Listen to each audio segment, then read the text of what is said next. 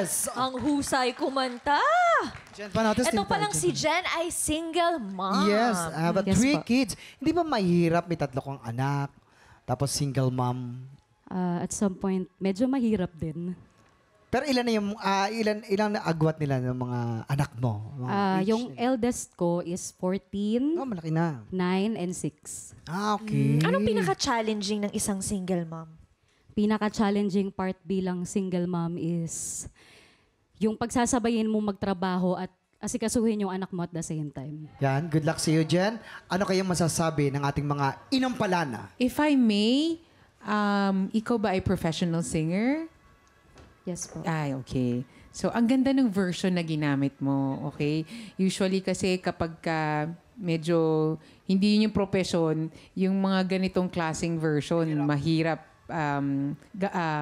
panindigan. Okay, it's a really, really good version. It's just that yung may part na may parang break, no? Medyo nauli lang ng konti. Parang mahirap kasing timingan yun, di ba?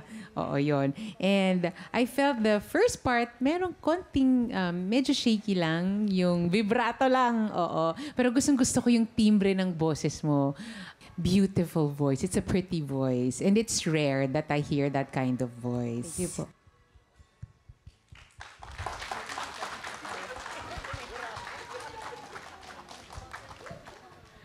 Jen,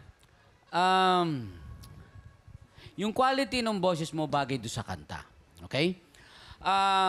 The first part, nakita ko na medyo, nakikita ko yung nervyos. Kasi all throughout performing, isa lang ang position mo. Nakaganito ka lang all the way, and then konting konting movement.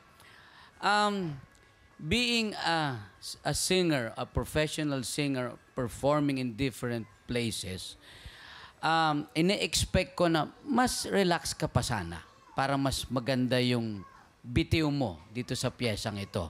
Medyo unstable lang yung sustain. Kasi nakikita ko talaga may nervyos. So, siguro kung matanggal yon, mas maganda. Thank you po. Yan po. Thank you mga inampalaan. Maraming salamat po. Waki, kamusta dyan? Eto ako ngayon, parang may iba ako nararamdaman kasi. Ano yan? Kasi naku pati ni Titi, every time na nagsasalita si Sir Renz Verano. Oh, ay. Alam mo, parang ako na-in-love sa kanya talaga. Kaya Actually, parang, sinabi oo. niya talaga yun. Sabi niya, parang everyday, parang pag-upo ng pag-upo talaga si Sir. Sabi niya, Kuya Renz, alam mo, kapag nandito ako sa harapan, kinakabahan ako kasi si Sir Renz nakatingin sa akin. Ayun o, binigyan pa nga ako ng siomay kanina, nakakainis. Tinanong ko, Sir Renz, ba't ang gaanggang ng loob mo sa akin? Ayan na. Sabi niya sa akin, kasi kamukha mo yung lolo ko. Yung pala yun. I love you, Sir Yun pala Renz. yun. Naku, bilib ako dyan kay Sir Renz. Kaya naman mga tiktropa, alam nyo na, tuloy-tuloy pa rin po ang weekly auditions para sa tanghalan ng kampiyon. Tara na! Yes! At kung ikaw naman ay 16 to 50 years old at palaban sa kantahan, sugod na sa ating weekly auditions every Wednesday and Thursday, 1 to 5 p.m. Dito lang yan sa GMA Studio 6. O, ano pa inaantay niyo? Go na! Tara na dito at mag-audition ka na mga tiktropa! Kaya mo yan! Up next, sino kaya ang makakuha ng mas maraming bituin at lalaban sa ating kampiyon na si Dave Paghubasan? Malalaman natin yan sa pagbabalik ng Tanghalan ng Kampiyon dito sa TikTok Live!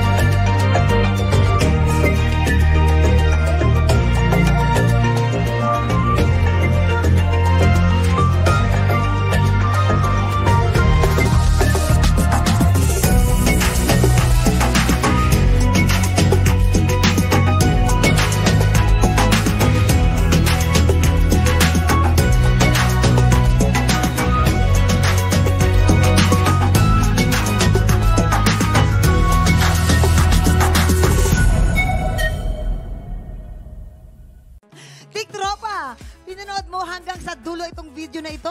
Abay, very good ka!